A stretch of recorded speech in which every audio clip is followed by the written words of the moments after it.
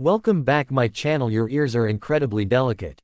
Inside them, there's a tiny world working day and night to help you hear the sounds around you, music, voices, nature. But many people don't realize that cleaning your ears the wrong way can do more harm than good. When you use cotton swabs, metal picks, or sharp tools, you might think you're helping, but you're actually pushing wax deeper inside.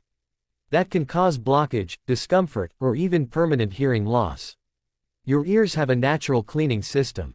Tiny hairs and skin inside your ears slowly push out the wax on their own. Most of the time, you don't even need to do anything. The wax just falls out when you bathe or move your jaw. But what if your ears feel full? Or you feel like you're not hearing clearly? It might be time for a gentle cleaning, the right way. First, avoid inserting anything into your ear canal. That includes your fingers, cotton buds, or sharp objects. Instead, use a damp cloth to wipe around the outside of your ears after a shower.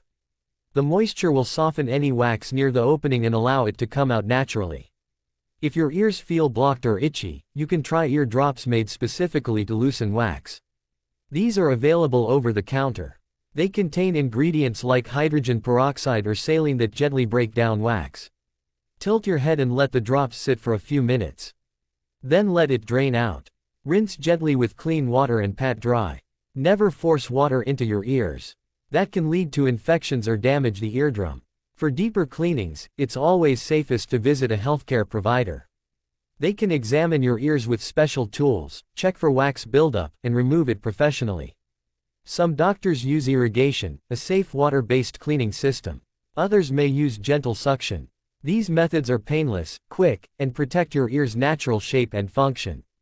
If you wear earbuds or hearing aids often, your ears might produce more wax. That's okay. Just make it a habit to clean your devices regularly.